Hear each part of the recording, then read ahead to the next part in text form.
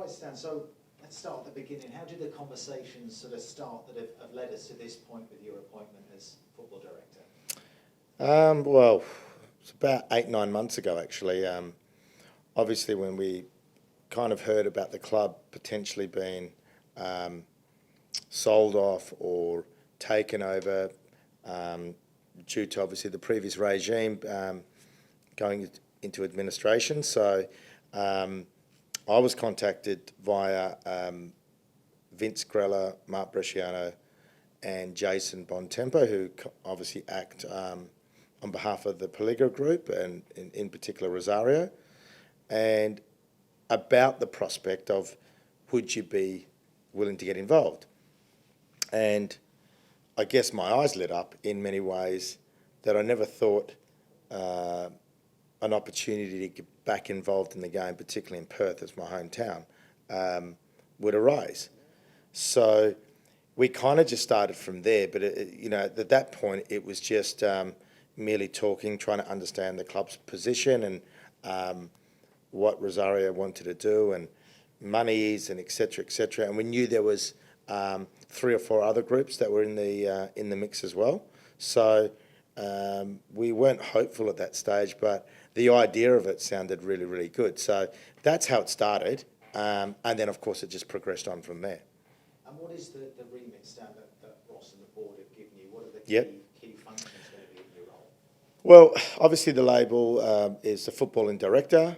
So basically that means liaising with the coaches and the players, and of course Anthony Radic, and reporting back to Rosario, and in particular Vincenzo Grella and Mark Bresciano. So I guess I've got kind of an unlimited role. I'm actually quite blessed in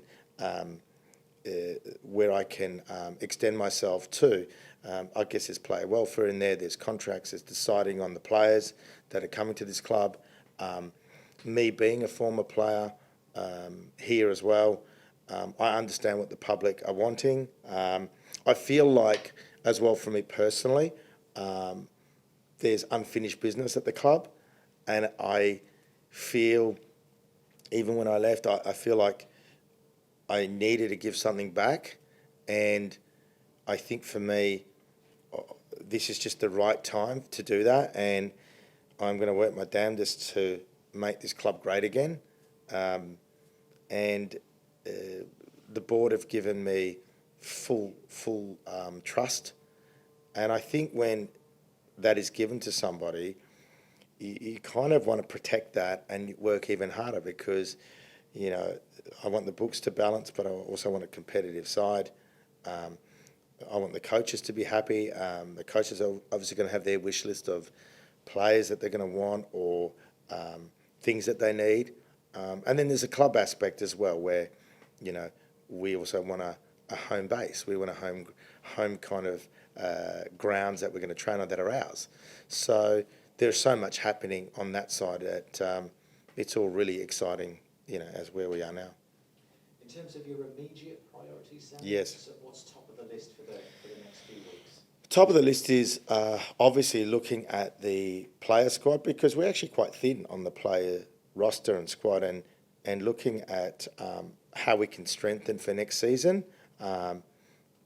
Obviously looking at players' contracts that are running out, speaking to the players individually, and seeing where their minds are at, whether they want to be here next year, whether they want to move on. We still don't know that. We've only just barely scratched the surface now. The coaches' priorities, we've had in-depth conversations with that as well. And then there's the commercial side of things with new sponsors, and we're lucky we've announced Lazaridis Homes with Mark Damassi and Mark Reed that have jumped on board, both excellent, both good people. And funny enough, speaking to them, they said this is the time we want to get in now, when the club really needs it. And so we're really grateful for them. And so we're working on commercial aspects as well.